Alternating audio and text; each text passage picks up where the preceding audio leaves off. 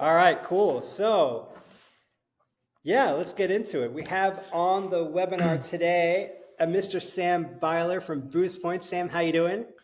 Oliver, doing great. Thanks for having me on. Looking forward to I this. I know it's so far away from us too. So the joke here is that Sam's in an office like 5 minutes from our office in good old Lancaster County, Pennsylvania. So when there's two guys in the TA tech space, especially the digital TA tech space out of Amish country, Pennsylvania, we got to get on the webinar and do an interview, right? We're not really known for being a heavy hitter in this regard in this area. I still remember the first time, Jared, my Yeah, co-founder, first met you, Oliver, and he's yeah, like, "There's this guy in Lancaster, like they're also in like TA Tech, like recruitment technology." I'm like, "What?" yeah. we, I yeah, know. man. I was so excited. So for those of you who probably don't know, so yeah, I ran into Jared, who's Sam's partner, and wait, there's another digital TA tech company doing something in a similar space, and go to Lancaster County, Pennsylvania, and yeah, a lot of love for these guys. They do fantastic work. We've kind of formed a friendship with them, even though we're kind of indirect competitors. We don't really compete, but they're definitely doing some really cool things, and it definitely reminds us of ourselves, kind of when we were getting started. I mean, they've been doing this for years, but definitely that scrappy mentality. They solve problems. They're able to move quickly, and that's really admirable from our side. So, and we've got to watch them grow and become a player, and just solve some really hard challenges and do so in really difficult circumstances, right? They're not a paradox. They're not, a humongous company and with tons and tons of millions of dollars of funding, and they're making it work. They're building their work on top of good work, and I think that's awesome. So I wish more companies were doing it that way. So, yeah, Sam, tell us a little bit about Boostpoint for those who don't know who you are. What do you do? Yeah, awesome. Appreciate the kind words there, Oliver. Oh, Yeah, my pleasure. Boostpoint. Our mission is to be the best in the world at targeted social media job advertising. So thinking specifically in recruitment marketing, like paid social. So Facebook, Instagram are the platforms that we invest most of our energy toward. We have a beta with TikTok, but really what we're focused is job level ads on Facebook, Instagram. Mostly like high volume hiring is where we focus on hourly hiring. And how do you leverage social media platforms to increase your candidate pipeline and ultimately kill your hiring goals? Cool.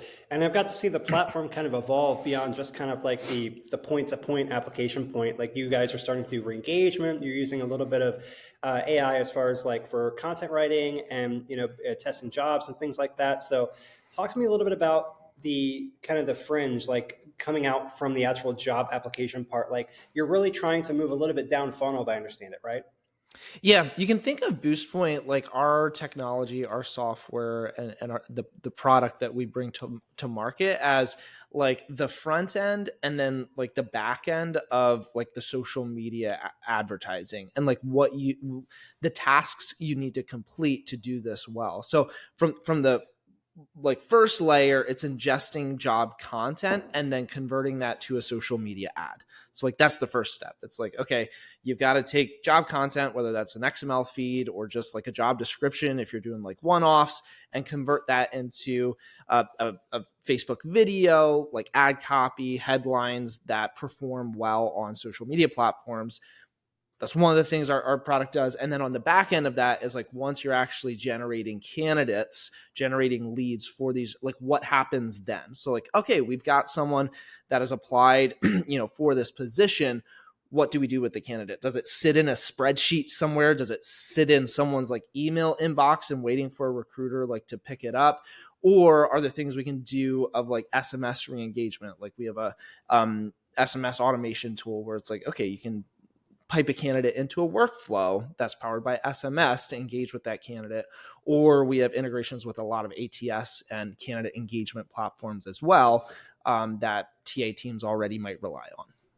So how does this component of hiring fit in with kind of the brother of like social media marketing, right? So you have, the way I look at it is you have recruiters that are kind of in two different camps or two different buckets, right? You have these recruiters that are going out and finding groups, finding, a conversation that started or starting one, and kind of providing that value and then adding, hey, we also have this job if you're looking. And then you have these more targeted social media advertising. And it's interesting how they intersect because there is commentary generally on these ads, right? There is a conversation that also happens, in the comment section or with reposting and resharing and things like that. So how does the reputational management side of this play into this? So when we run ads, for example, one thing that we have to be careful of, and I'm assuming you would as well, is the secondary conversation or messaging that's happening beyond the actual ad, right? So, oh, this company is horrible, they pay so low, or this is great, or tagging their friend.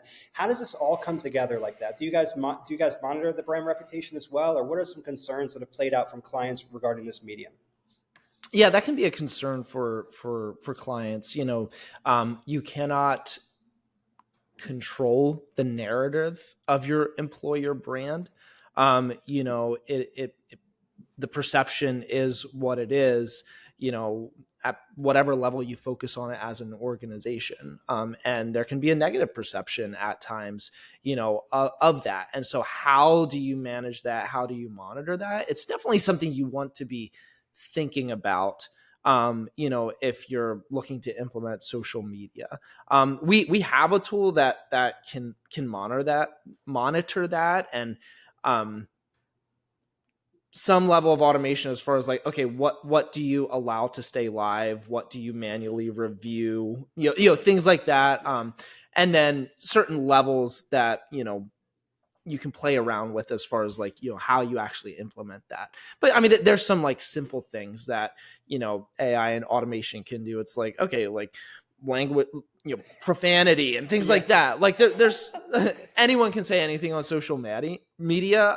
And there's definitely some guards that you can put into place. I'll put it that way. That can really help streamline the monitoring of that. But shouldn't be an issue for hiring talent or CEOs to be concerned about. So some of the things we've seen in the past is people shying away from social in general because they're scared of the conversation. It sounds like what you're saying, what I believe is conversation is going to happen whether you're doing it or not, whether you're there or not. So you might as well lead the conversation. It is. And my thing is the value greatly outweighs the concern. In my opinion, it's like, okay, the potential value of candidates, the passive candidates that you can attract to your business, greatly outweigh every implementation that we've put in place, greatly outweighs the cons to it. Mm-hmm. And you guys do a lot with, with kind of native lead ads, right? So you're grabbing the data on platforms and piping it through, which is nice because a lot of the questions are going to be the same, similar data structures going in, which is really great for hiring managers. There's some uniformity there.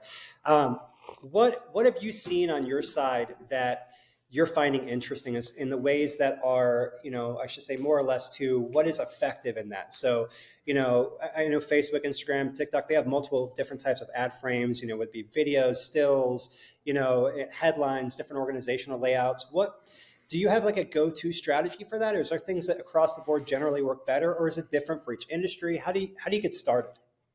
Our core framework, and I'm usually super transparent. It's like, hey, like even anyone that's listening to this, it's like, hey, if there's some nuggets that you can get, and maybe you're running some of your own stuff, whether you use Oliver's company or my company to do this, or if you're trying it out yourself, like these are just some of the things that, like, hey, what I'm seeing working on the daily, like 2025 of social media job advertising, that I'm like, that are core elements. So, okay, what are those things? Well, one of the key things is you got to think about the candidate experience, like prioritize the candidate experience almost above everything else. And thinking about it in that way. So someone scrolling through Facebook, what's going to capture their attention? Number one, video ads we're seeing outperform. Not like on every ad, but in general, video ads are outperforming like static photos, specifically like UGC style, user generated content. So like think about the talking head style video, that you'd see like scrolling through Instagram or scrolling through TikTok, that style of video that specifically calls out like the job that it's talking about, being explicit that this is a hiring ad, a job ad. So that's a little bit on the creative. Yeah, and just to jump in that side too, what's really cool about that is it reduces the barriers to entry for a lot of the clients, right? Gone are the days where you would have to have like a big professional film crew come out, or pay a lot of money. Right now, it's a really great iPhone video, and a selfie style video, a more authentic, like less produced video. It seems to do better than the kind of professionally done, right? Correct. Think of like video quality, not as much as like the quality of camera or like how expensive the production might be, Yeah. but think of quality of video more as like authenticity. Like, does this truly represent the job description that I'm talking about? And does it like really hit the core elements? And then there's technical things like you want clean audio and you don't want to be shaking your like obviously. Yeah. But as far as like production value, you really don't have to overthink it. Like we've tested stuff side by side, Oliver, like stuff that's taken $5,000-$10,000 to Sure. produce, like a 30-second video clip. Beside, someone that took their iPhone out and just communicated clearly about some benefits of the position, every single time the UGC style like works and outperforms. Yeah. And that's interesting, right? Because a lot of these hiring organizations, I feel like sometimes they're missing the concept of their best brand evangelists, which is probably people that are super engaged and working for them already, right? So in our business, right, in Travel Nurse, our Travel Nurse Source and our corresponding brands, we were just at a panel with a bunch of our agency partners, and we're saying, look, you don't have to go and hire an expensive influencer. You don't have to, do this big set. Bring in some of your nurses that are really enthusiastic about working with you, and let them tell the story, right? I mean, you've got 100%. a lot of these hiring organizations have the resources, and they're not even using them, and they're not even looking what's in their pocket, Yeah. And like not over, like I'm a big fan of not overcomplicating things. And it can be as simple as like getting a 10 to 15 second soundbite, from someone that is genuinely, excited about what they do every day. And even like you can have a rough prompt or two that'll like steer the person in the right direction. Like I think one of the challenges, Oliver, is like in talent acquisition, like HR, you're not talking to teams that perform marketing every day. So it's like, okay, like how do you pull out, a 15-second video that really hits it? But again, guiding, the right conversation with the right questions is usually a good place to start. Do you feel like there's that juxtaposition there? Like, for example, I kind of relate to you on this. Like sometimes, like talent acquisition is a marketing function, but it's usually buried in the recruiting and HR function. So I don't know if it's the same for you, but a lot of times we're dealing with people that aren't in that marketing function. They're really in that hiring function. And what their viewpoint on what should be marketed and how it should be said, the message, if you will, doesn't always align with kind of the best practice we would recommend or what we're seeing working in it. There's like a re-education process. And sometimes we have to rewrite everything for them just because it's just not their wheelhouse. Do you guys have people that do that, or how involved are you in the actual content creation aspect? The best example I'll give here is around resumes. Like this is to me a whole like in TA we need to rethink some of these traditional things like resumes. Is a great example. It's like, okay, requiring a resume like right up front. The reality is, that is too high of a barrier to entry coming from social. To expect, like, again, you really just, the best practice here is like, put yourself in the candidate's shoes. They're scrolling through Facebook in the evening or scrolling through Instagram on their mobile device.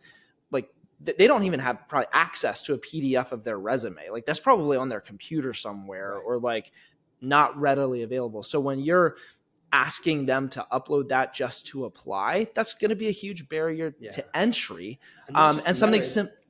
Well, I was going to say, on top of that, they're expired the minute they put them in, right? And to your point, like the conversation, there's a difference between I'm applying to that job and I'm interested in applying to that job. They're two different asks and two different sales things, right? So, and to your point, what would happen if you made a resume required on every social media ad that you had there. Your conversion rates would drop, and the cost per qualified application would go through the roof, and hiring managers wouldn't want to pay it.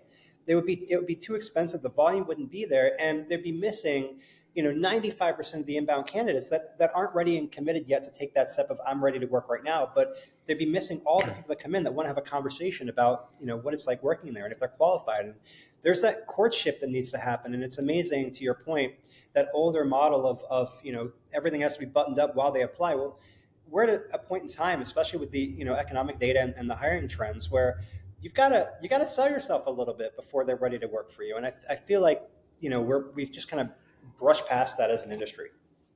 And agree? I would agree with that. And sometimes I do think it's even more technical than we realize. Like this is what I find, even from candidates coming through social. It's not that they're not willing to share that information. You're just asking it in the wrong format. Like most people don't have a problem answering questions around their work history and other things you might be looking for in a resume. So it's not that the candidate is not willing to provide that information. It's just you're asking it for an attachment they need to upload that they just do not have access to. Yeah. And so thinking about it in that way is often how I like to come to this conversation. It's like, okay, you're looking for a resume. Why is that important? What information in the resume are you really needing? And then, hey, sometimes we can bring that as a list of questions, even in a lead form or wherever that might be, and where you can leverage that. It just might look technically a little bit different than an application coming through Indeed. Yeah, that's right.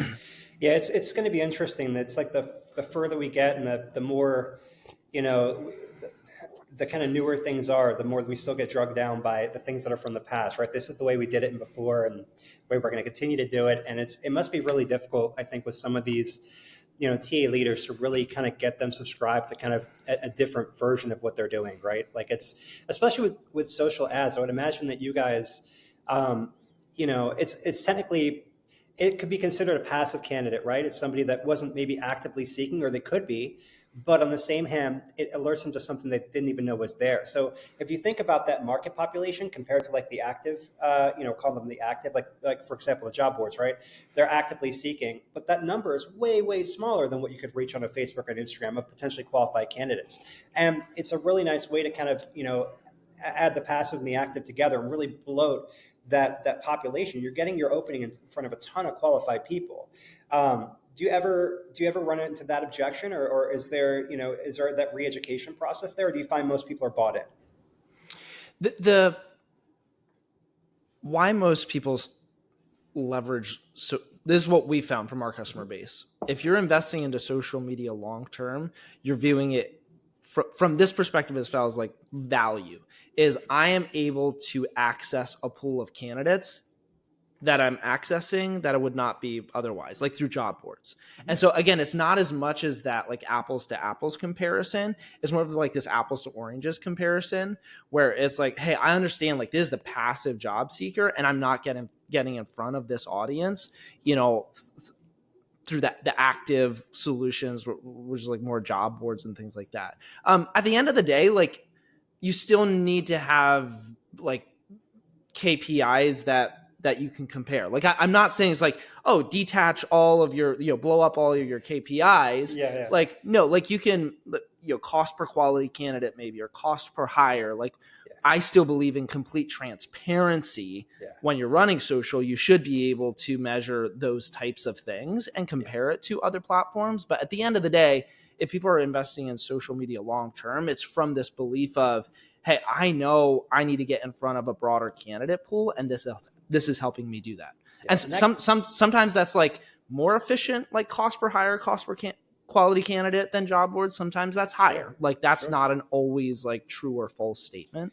Yeah, but the populace is huge on social. So it's a really great way, especially for high volume hiring where you need a lot of candidates. And not to flip the conversation, but I was just looking at some posts from some other TA leaders, and they were talking about kind of the change in the administration. Not to get political, but the kind of the change of how that might affect TA and hiring needs. And it might open up the job market a little bit, which would thus change the job market to as where it's been the last couple of years, which is kind of down funnel, more quality, cost per quality candidate.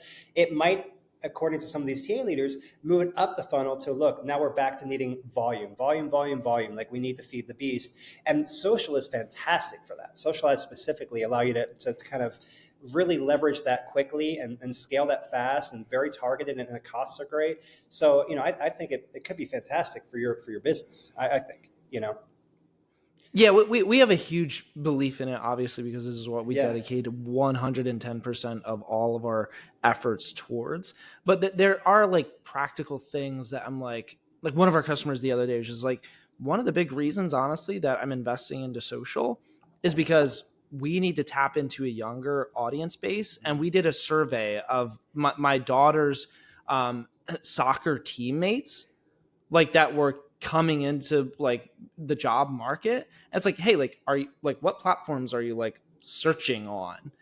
Indeed was not a part of the conversation, or Probably like a not job LinkedIn board. either. It was social media. It's like, hey, Yeah. they get their information via TikTok and Snapchat and like these other platforms.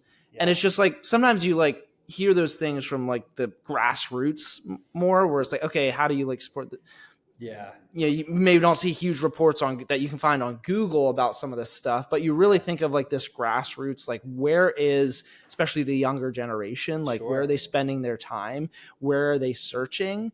Like traditional places is not a part of like what's in their brain. Yeah. And with the mission of like high volume hiring, and I'm assuming, maybe I'm wrong, but to me that would correlate to kind of that younger crowd, especially if you think about like sectors like retail or hospitality, typically, not always, but heavy amount of first job type of stuff. That seems like that would be perfect for that, right? So are there certain industries where you think social is just killing it, and ones that it doesn't work as well in, or is it pretty much across the board? So I mean, we're industry agnostic. So like we do a lot in manufacturing, we do a lot in healthcare, logistics, hospitality. I mean, one of the common denominators seems to be like frontline workers, hourly types of workers versus like high management roles. Like is usually not the best place for like Facebook, Instagram, and TikTok if you're trying to hire like executive, VP, Right. director, like high level manager type. Like we haven't seen super high success there, but pretty much everything below that we've had really good success with. And this is one of the things that and like my answer to that question actually is different now, Oliver, than it was 12 months ago. I would imagine. Because like it used to be, it's like, well, it like very low level, like low skilled positions was the only place that we were really able to make social work. We've seen higher levels of success, like going up the skills by implementing things related to lead quality and encouraging that with how we're running ads, how we're building ads, that we've seen quite a bit more success, even with like higher skills. That's cool. And that's a good segue into like kind of targeting and filtering. So how do you kind of hedge against quality, or how do you, I guess, push quality and filtering forward on social? Is there, it's relatively, I wouldn't say it's new, but it's relatively newer as compared to some of the more traditional, mediums, right? Like, so that was always kind of the fear I think people had, is it was really hard to get quality, and that's not true. We have phenomenal quality out of social ads. I know you guys do too. What are some of the things that what are some things you do or people can do to help kind of close that quality loophole or targeting loophole on social ads? Like what should they be doing, or how does your product solve that problem? Yeah, so this actually kind of ties to one of our, the thing we started here is like, okay, like what kind of like, what's the structure of a very successful social media campaign? So the first we talked about was content and being explicit, like, hey, this is a hiring ad for this type of position. The second part is like how you're converting the candidate is super important here. And this is where quality, like really, like the rubber meets the road. It's like, okay, you're obviously extracting contact information, but then what are the other maybe 3 to 5 types of questions you could ask a candidate that would help qualify them for this position?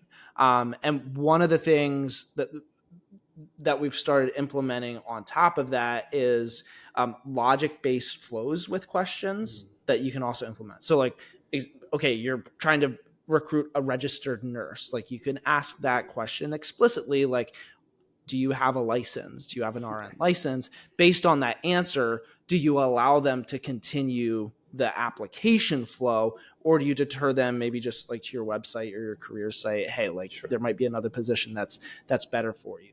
Implementing like that specific thing has greatly increased candidate quality for our customers over the past 10 months, I'd say. The other thing that's related to this is targeting. Like, okay, like the top level targeting. This is one of the most common questions we get like during the sales process. Like, okay, I think there's 170 or 180 million daily active users on Facebook in the US, like in the US every day.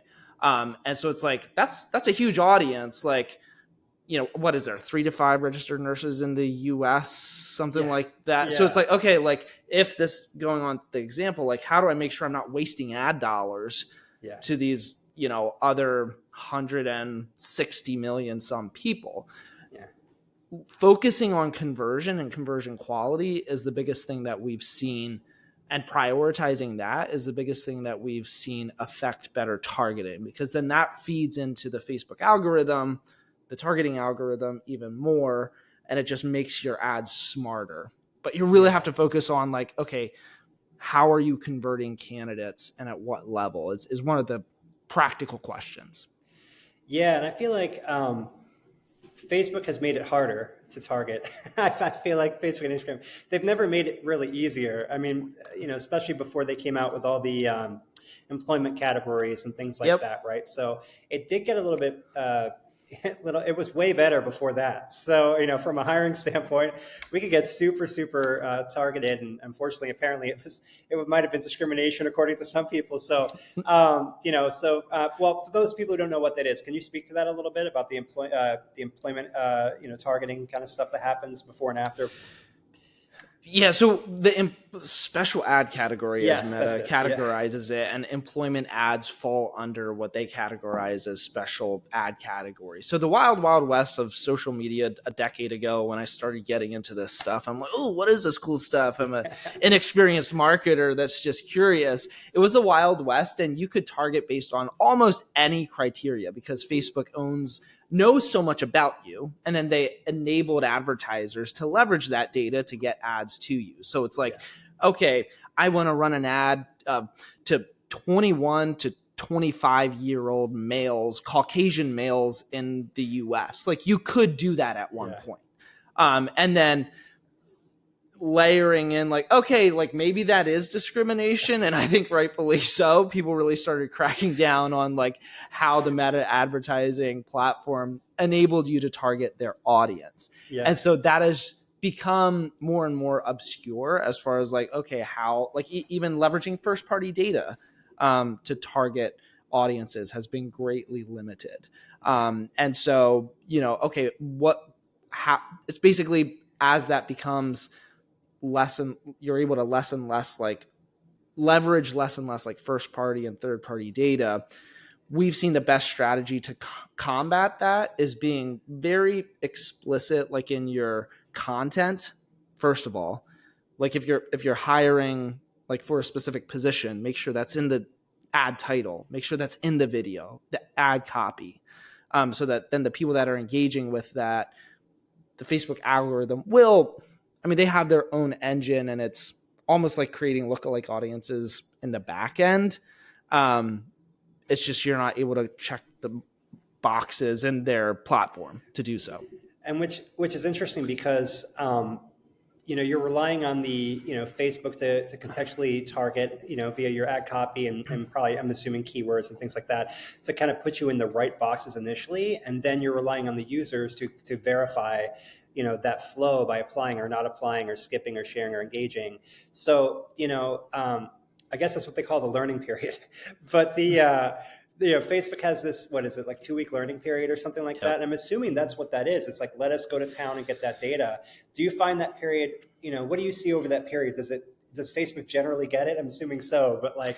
I've actually been, I'd say, pleasantly surprised at how, like, this is what we started seeing, Oliver, is like, when we started leaning into that instead of trying to fight it. trying to fight it, Yeah. like leading into that strategy instead of trying to Yeah. fight it, where it's like, no, we want to use like first. It was like, okay, we're gonna give up on that and more lean into more the contextual targeting. I'll call it, for lack of a better term, Yeah. but it's like, Yeah. hey, based on how the audience is interacting with the ad, who applies and who doesn't apply, thinking about who we're letting like fill out the form and not fill out the form, Yeah. like really has made a big difference.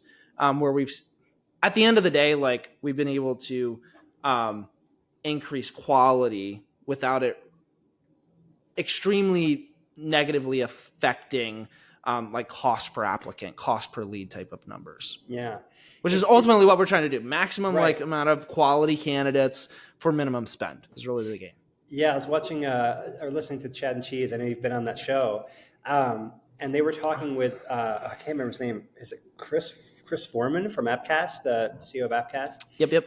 And, one of the guys was talking about, look, we need to get to like, why aren't we at cost per qualified candidate yet? Why are we still up here with cost per application? Why aren't we really filtered down?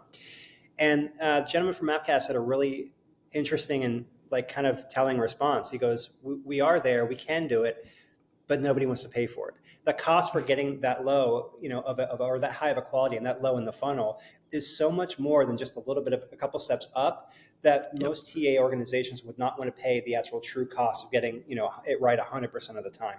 Right. And I think that's interesting. It's true, because I think all clients want it until you show them what that cost would be. And they're like, oh, okay, we'll just take it. Right. You know what I mean? Because it's not really cost per unqualified. It's just not 100% qualified. There is a gray area. Like, I'll give you a good example, right? Like one of the questions we ask is, how many years of experience an RM would have, right? And most travel nurse agencies would only use them if they have 1 or 2 years experience.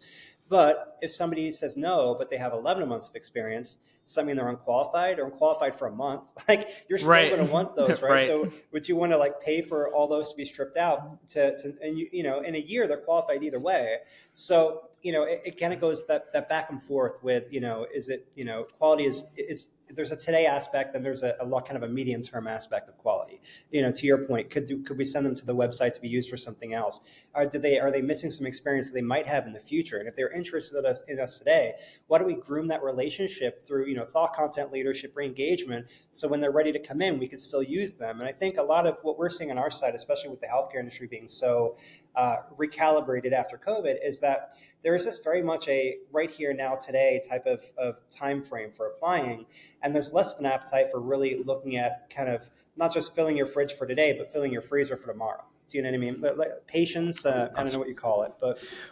Well, and what you're talking about there is you kind of describe like where you want to be if you're thinking about recruitment marketing and setting that function up for success, like for your brand, is being able to think about it a little bit more like traditional advertising and traditional like marketing teams would think about customer acquisition, where it's like, okay, there's going to be a certain like budget that we invest in, a certain amount of resources that's on like the demand generation side. And like for TA, that would be on like candidate conversion. Like I am spending this dollar and I need X amount of candidates. Like that's a certain budget. But then you're also thinking about your employer brand a couple layers above that and willing to invest in that in the long term. And companies that are able to think about it in that way, James Colino from Sheets, he's one of those guys that has set up Sheets extremely well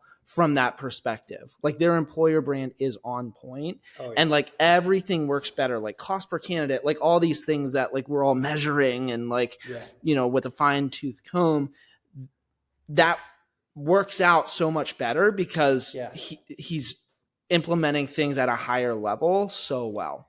That's such a good point. It's such a good point, Sam, because besides having good coffee, if you think about it, right? Like, yes, there's the 500 people that applied from Socialize this month. That's what everyone coalesces around, like our cost per conversion, how many we hired, and what our cost per lead is. But how many times do you get people that are like, oh, wow, we got to impress our brand amongst 25,000 potential candidates that are somewhat qualified because they were shown. They didn't apply, but we were able to get ourselves in front of them to plant the seed for maybe their next job. How many times does that ever come up? Right. Probably not a lot. And it's a very real thing. It comes up Yeah, very, very it's little. huge, and it's free.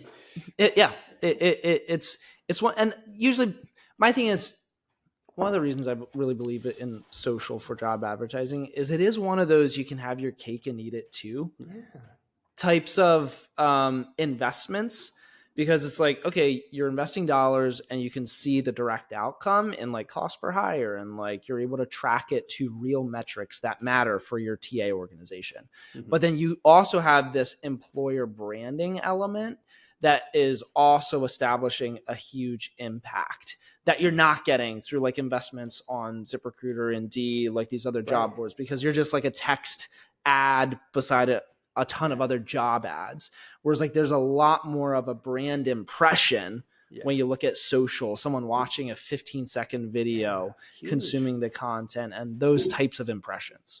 And I think that comes full circle to talking about like, well, most of the time we're dealing with TA people and not marketing people. And I can see how like the TA person might be like, yeah. How many applications did we get? But like, if you're going to a marketing person or a social person or someone really keen on building an employer brand, that would be gold to them. Do you know what I mean? So it is funny how, as we're dealing with different people within the organizations with different responsibilities, how different messages and different feature sets really are compelling to different people, All right, let's switch gears. So Facebook, Instagram, TikTok. I know you guys are all over these three platforms. What are some down and dirties? What do you find interesting specific to each platform? And I'm really interested to see where you guys are with TikTok and the whole potential ban and kind of what you're seeing there. Because I feel like everyone's on TikTok now. People will say that no one goes to Facebook and Instagram anymore. And you and I both know that's not true.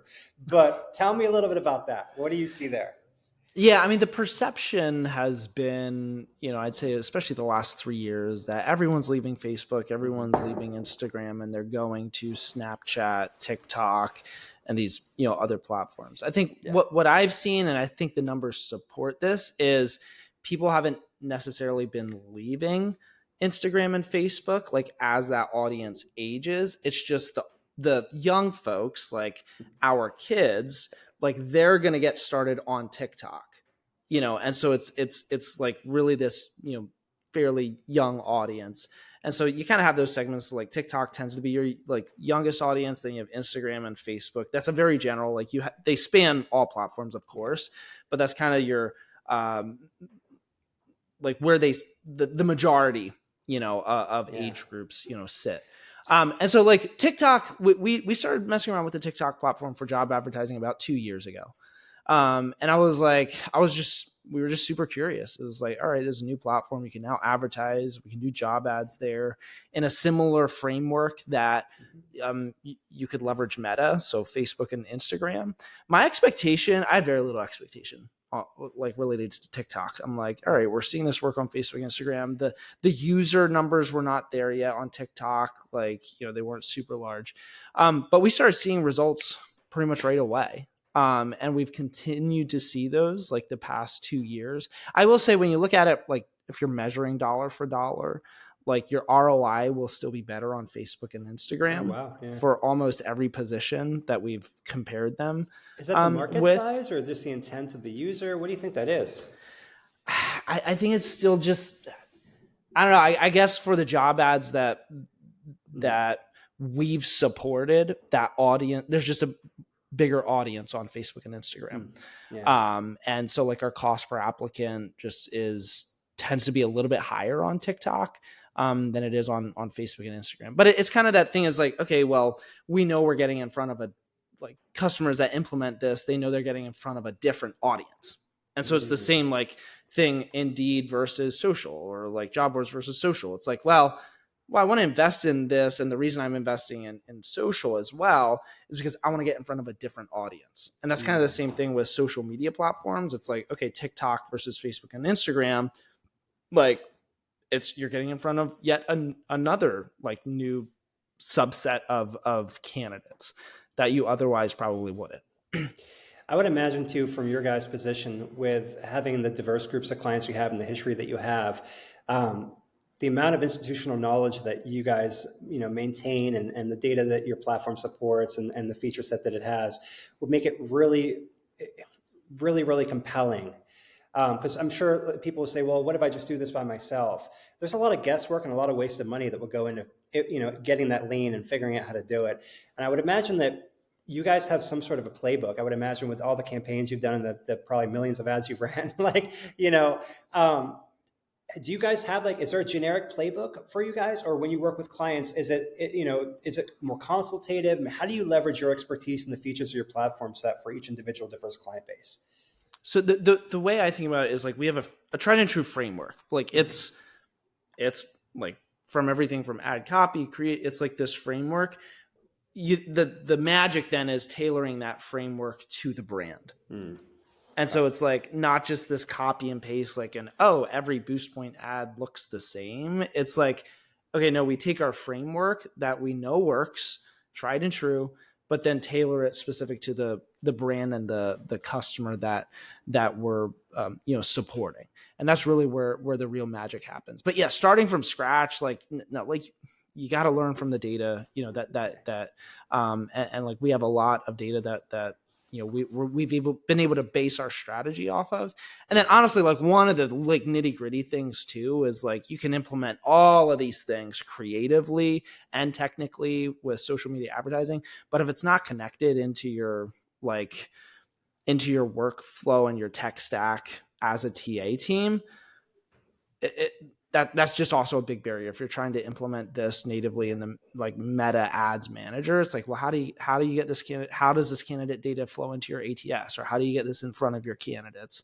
And that's one of the things on the back end that our software does a really good job of supporting.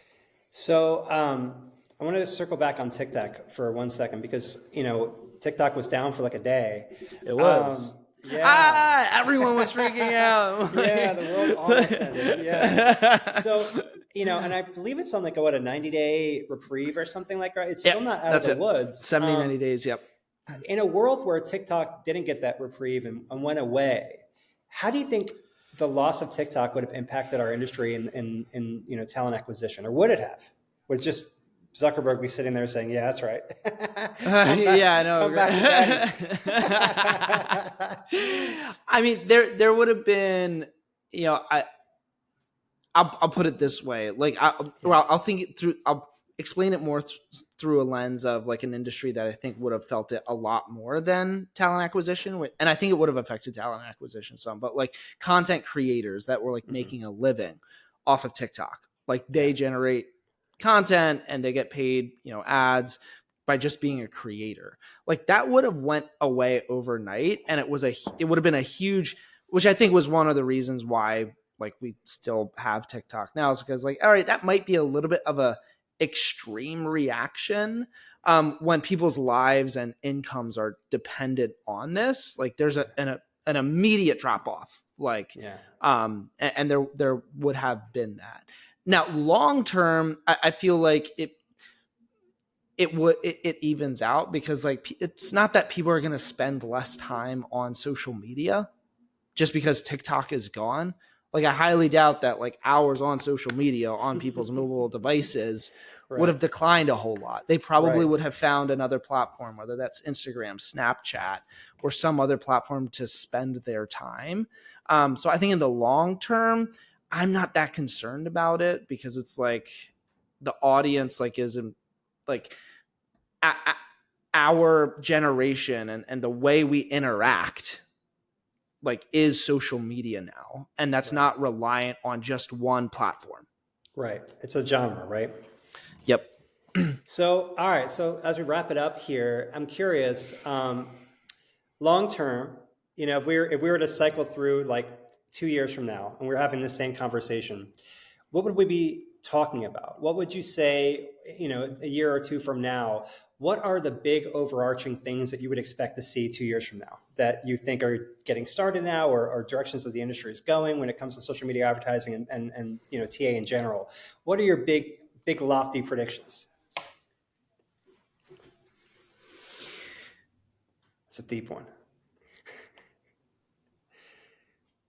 Predictions on where we think things are going.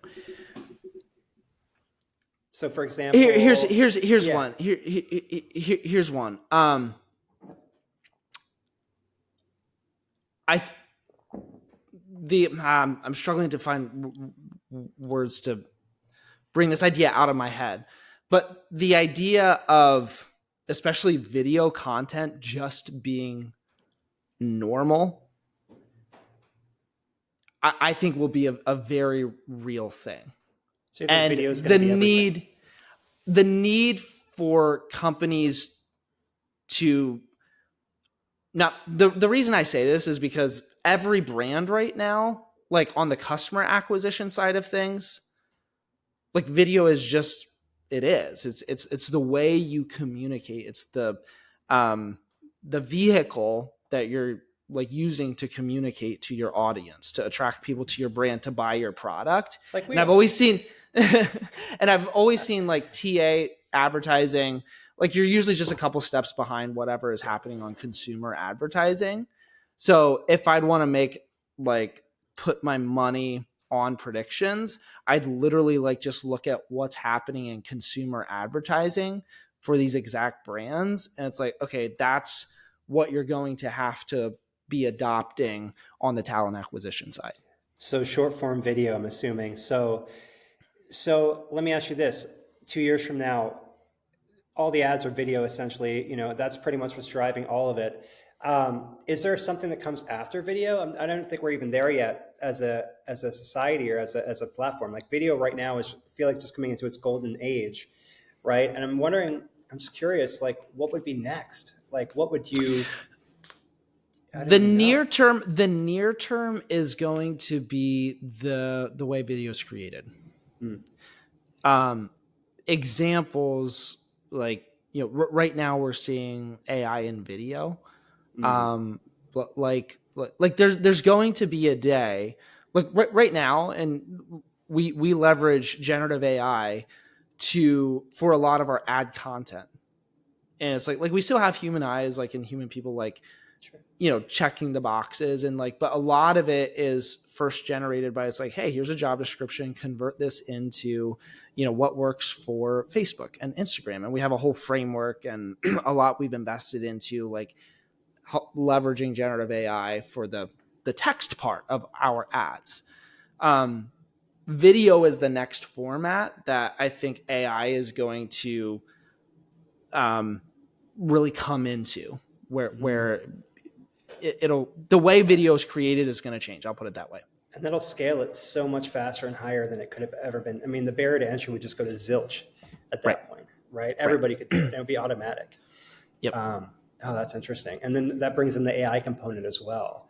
Because a lot of startups are kind of, outside of the social ad space, but there's a lot of startups that are all using, a generative AI to do everything from, ad copy, marketing copy, even SEO copy, page copy, and tying it all together. And that's something that's been out. And I think there's been all kinds of concerns with it from like a regulatory standpoint, as far as like, whether it be discrimination or, I think there was an adage of when it first came out, somebody was using ChatGPT to write a job posting, and it broke the rules, and it said something like only apply if you're this age and white or something, and it went out live and they got sued. That was like very, very early days, but I feel like we're kind of past that now. It's gotten better. Well, and I often I relate AI to like how much energy you'd put into hiring the right person. Mm. And you have to think of AI implementation in that same way. Like, okay, if you're looking for someone to write your job descriptions, you're going to invest a lot of time to make sure that person is qualified and like bringing them in. If you're looking to implement AI, don't just go on ChatGPT and say, hey, write a job description for me for an RN position. Right. That's like just going and hiring someone from high school to write your job descriptions. It's like, okay, if you're going to invest in AI as like doing this thing, make sure you implement the appropriate investment to make sure it does it right. Right. Yeah, that's interesting, and I feel like everyone's kind of getting on the AI thing, and they should be right now. And I wonder how many companies are doing what you're kind of suggesting not to do, right? Just getting on and throwing something out there and getting themselves potentially in trouble, or worse, well, not worse, but or better, not getting in trouble, being ineffective. It's kind of became the easy kind of, quick way to do something, but it doesn't mean it's the right way, right? So I think there's that mixing of like, yes, you can, it's a tool, but you got to watch what the tool is doing. It has to be trained. You have to do it right. Yeah, it's really interesting. There's a huge skill of implementation that I think Yeah. a lot of people bypass. Yeah. Because like, okay, it's so fast, it's so easy, and I feel like AI, because it's like, oh, you say the AI word and it's this magic wand that like creates the thing, and it is that, but like the quality of like what is produced still takes an extreme amount of insight and like time, like investment to do it right. Right. And that's usually my big thing with AI, like people thinking about implementing AI into this or AI into that. It's like yeah, like maybe, but you have to make sure you invest the appropriate amount of resources to make sure you do it right. Yeah. Well, cool, man. We're coming up on the time here, so I just wanted to, if you want to give people just like a quick, like 30-second pitch on like how they can get a hold of you, what they can check out, and I'll start it off by saying, these guys are the real deal. Heard a lot of great things about them. We know them for years now, and if you guys are using social and looking to kind of gain your candidate flow and kind of tame that beast, yes, you could try to do it and go through and spend a bunch of money. And let me just tell you, it's the same thing with Google, right? Like Google, Facebook, Instagram, out of the box, they are programmed to spend a lot of your money, not necessarily effectively, but they'll spend it. And, to have kind of that guide, that Sherpa, Sam and his team, and really kind of put their tools to work for you and get that ROI off the bat, worth its penny and worth its weight any day. So with that being said, Sam, how can everybody get a hold of you? Yeah, Oliver, appreciate the time today. If you're curious about like more of what we do at Boostpoint, you can hit me up on LinkedIn, is usually a good way to like contact me personally. And if you want to check out like more about our product and our solutions, boostpoint.com is the best way to find out more about that. Awesome. Hey man, thanks for taking the time to chat with me today. And like I said, always a great fellow Lancastrian in the house. So, we're definitely, And I think we're going to get our teams to do a softball game or something this summer, right? We're going to try and do I think let's get the weather to warm up, and dude, we got to do something like that. We 100% laser tag, paintball, softball, whatever it is. We'll have to do something, man. We're a little bit older, so I think like laser tag will probably be less movement. So cool, man. Say hi to your team for us, and hopefully we'll see you guys at HR Tech or in Vegas as well this year. And wish you guys nothing but the best. Hey, appreciate it, Oliver. Thanks, brother. All right. See you, man.